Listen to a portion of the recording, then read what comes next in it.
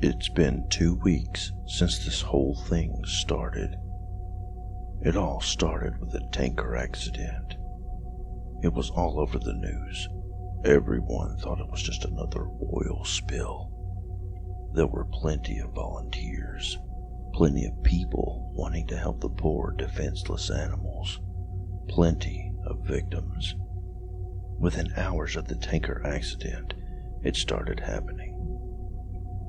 The animals had gone crazy. They were scratching and biting the cleanup crews. They said that it was an adverse effect to whatever was in the tanker. Rescue workers were still trying to get the crew out of the ship. They could hear screaming inside, screams to open the doors.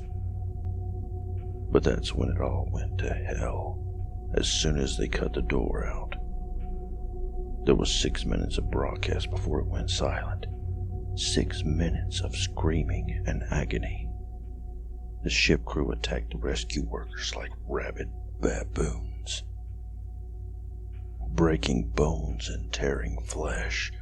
The people on the shore weren't faring any better. Those that had been attacked by the animals were attacking everyone else. It was worse than any war zone report. It was sheer brutality, and yet the broadcast still went on for 6 minutes.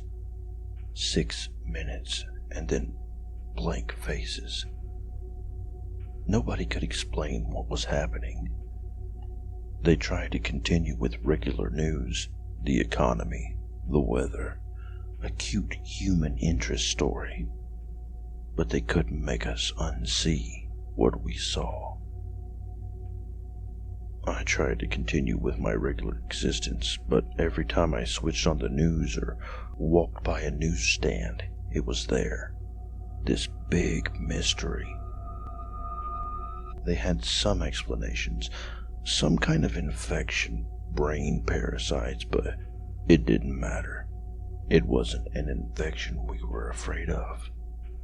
It was them. 4 days after the initial report, a state of emergency was raised, and yet we'd all seen this before. Every zombie movie ever, people didn't know who to trust.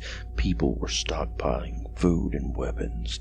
Some tried to flee, but it seems every zombie movie was right. They didn't make it. 3 days later, they arrived in my town. I expected moans, shuffling corpses, dismemberment, but that's where the movies lied. They ran through the streets, screaming. I remember running to my front door as fast as I could, locking, barricading, doing anything to make sure it would stay shut, and then I headed for the window. I was on the 2nd story, and I could see the carnage. They were unstoppable. They were aware. A group of them made their way through a building across the street. They jumped straight through plate glass windows. Even the shards slicing through them made no difference. They just kept coming. My barricade wasn't going to hold.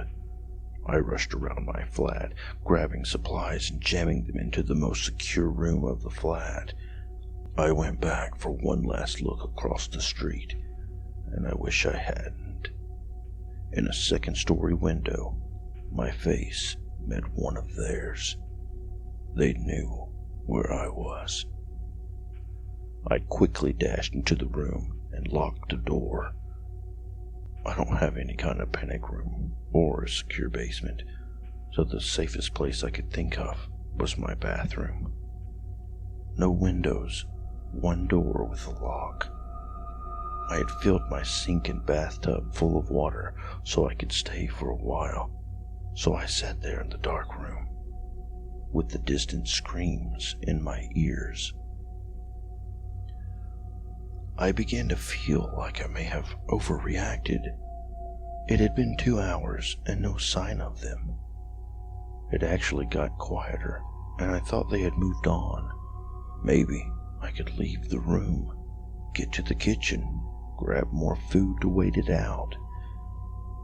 A crash came from the front door, the sound of someone running full force into the door and knocking down the barricade behind it. There was a couple more crashes before I knew they were inside. Rapid footsteps moving around the flat. A couple screams and then a bang on the wall beside me. My eyes were open to their widest, even in the pitch black darkness of the room. Another bang and another. They knew I was there, and they knew I was scared. This was the zombie nightmare I had been expecting from the start. I had nowhere to run. There was only so much time before they would break in. I sat with my back to the door, hoping my extra weight would make it harder for them to get in. And then it got worse. "Why don't you open the door?" A voice on the opposite side of the door. No screams or moans, just a quiet, whispery voice. And then more of them. "We've come for you." "You'll be happier if you open the door. It's not so bad." The whispery voices became a cacophony of noise trying to persuade me, to break me, to fool me. "You'll be happier if you It's not open the so door. bad. It's not so bad. We've come for you. So why don't you open the door? Why don't you It's not so bad." I had heard that moaning of zombies would drive people insane, but this was worse. A siren call. I sat in the darkness and hoped and prayed that they'd gotten bored.